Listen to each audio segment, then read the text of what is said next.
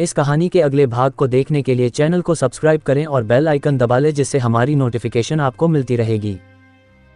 अभी राम जागे या नहीं? नहीं सरकार, वह सो रहे हैं। सुनो, धर्मया को बिठला दो और तुम डॉक्टर को लिया लाओ।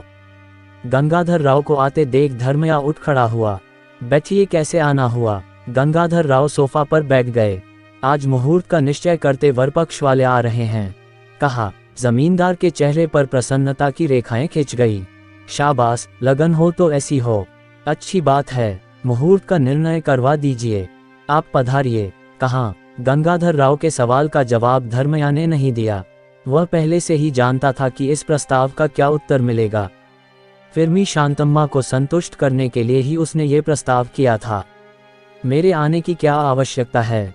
मैं जानता हूं कि आप बहुत व्यस्त हैं, आ नहीं सकते, परंतु फिर भी आपको निमंत्रण देना मेरा धर्म है। इस धर्म शब्द ने जमींदार के मस्तिष्क में भूतकाल का स्मरण ताज़ा किया। वह मुस्करा उठा। धर्मया भांप गया कि गंगाधर राव क्यों मुस्करा रहे हैं।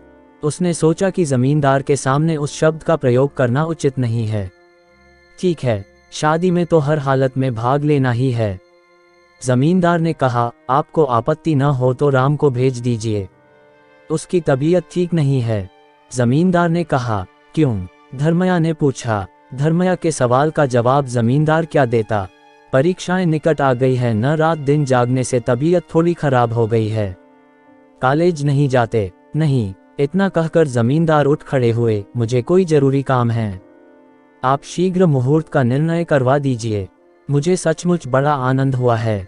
धर्मया के मुंह से आगे कोई बात निकलने के पूर्व ही जमींदार उठकर चले गए।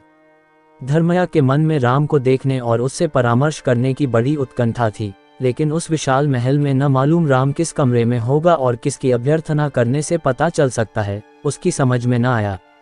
निराश होकर वह घर चला आया। लौटकर उसने शांतम्मा को सारा हाल कह सुनाया। लक्ष्मी ने भी सारा वृतांत सुना, पर उसके दिल में कोई व्याकुलता पैदा न हुई। पर शांतम्मा का मन व्याकुल हो उठा। उसने धर्मया से कहा, भैया, राम की तबीयत न मालूम कैसी है। रवि मुहूर्त के निर्णय का शुभ समाचार सुनने के विचार से छुट्टी लेकर घर में बैठा अखबार पढ़ने में लीन था। उसने लापरवाही से कहा, माँ, इन जमींदारों की बीमारियां बड़ी विचित्र होती हैं। तुम चुप रहो, शांतम्मा ने डांट लगाई। रवि फिर अखबार पढ़ने में मग्न हो गया। सिर दर्द होगा, थकावट होगी, शाम को जाकर देख आऊंगा, धर्मया ने सांत्वना दी। कमरे में अकेली बैठी लक्ष्मी के पास जाकर शांतम्मा बोली, लक्ष्मी, आज के दिन तुम्हें उदास रहना ठीक नहीं है। लक्ष्मी ने विस्मय के साथ शांतम्मा को देखा। सुनो, एक को लेकर दूसरा दुखी होता है तो वह व्यर्थ नहीं जाता। फिर लक्ष्मी के पास बैठकर बोली, सुनती हो, राम की तबीयत ठीक नहीं है। तुम प्रसन्न रहोगी तो वह भी प्रसन्न रहेगा। लक्ष्मी की समझ में नहीं आया कि शांतम्मा नाहक क्यों परेशान है। उसने तीक्ष्ण दृष्टि डालकर कहा, मामी जी, ये तुम क्या कहती हो? शांतम्मा लक्ष्मी को खींचते देखकर संकुचा गई। कोई उत्तर नहीं दिया। लक्ष्मी ने दीर्घ निश्वास छोड़ते हुए सजल ननों से कहा, चाहे मेरा सर्वनाश हो जाए, लेकिन मैं ईश्वर से सदा यही प्रार्थना करती रहूंगी कि राम सुखी रहें। मेरी कभी यह इच्छा नहीं रही कि उनका अहित हो।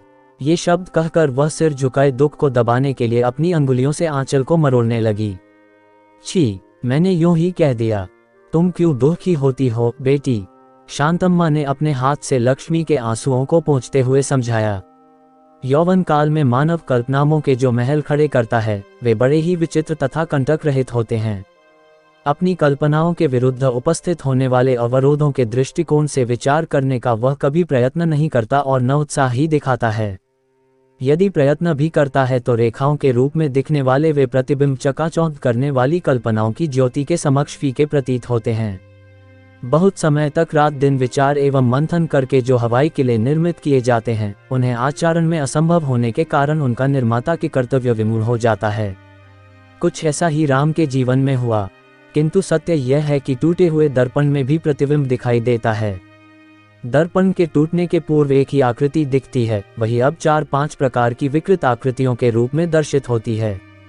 राम ने सोचा कि उसके अस्वस्थ होने का समाचार पाते ही लक्ष्मी किसी के रोके न रुकेगी और उसे एक बार देखने के लिए दौड़ी आएगी, लेकिन वह इस बात का अनुमान न लगा सका कि लक्ष्मी को उसके अस्वस्थ होने का समाचार जल्दी नहीं मिल पाएगा। कई दिन बाद आज 5 बजे के करीब आहार लेकर राम अपने कमरे में बैठा था, तभी धर्मया को साथ लेकर मल्लैया आ पहुंचा और द्वार पर खड़े होकर कहा, छोटे सरकार। राम ने सिर घुमाकर देखा और क्षीण स्वर में धर्मया का स्वागत करते हुए कहा, आइए मास्टर साहब। धर्मया ने राम की ओर देखते हुए पूछा, कैसी तबीयत है राम? अच्छी है। इन शब्दों के साथ राम ने अपने शुष्क चेहरे को दूसरी ओर किया। धर्मया चकित था। इन चंद दिनों में राम कितना बदल गया है, पहचानना तक कठिन हो रहा है। ये कैसी बीमारी है राम? धर्मया ने पूछा। राम ने कोई जवाब न दिया, पर उसके चेहरे पर एक फीकी हंसी फूट पड़ी। उसमें विरक्ति का भाव झलक रहा था। कल तुम्हारे पिताजी से मिलने आया था, तभी मुझे ये समाचार मिला, धर्मया ने कहा। ये बात सुनकर राम ने विस्मय से धर्मया को देखा। राम जानता है कि जमींदारों के घरों में कोई जानवर भी बीमार हो जाए तो उसकी खबर पल में सारे गांव में फैल जाती है। ऐसी हालत में 1 सप्ताह तक राम चारपाई पर पड़ा रहा और उसके हितैषियों तक कोई खबर नहीं लगी। लेकिन राम को क्या पता था कि रोग की जड़ से परिचित जमींदार ने खतरे की कल्पना कर उसके बारे में किसी से चर्चा करना भी अनावश्यक समझा था।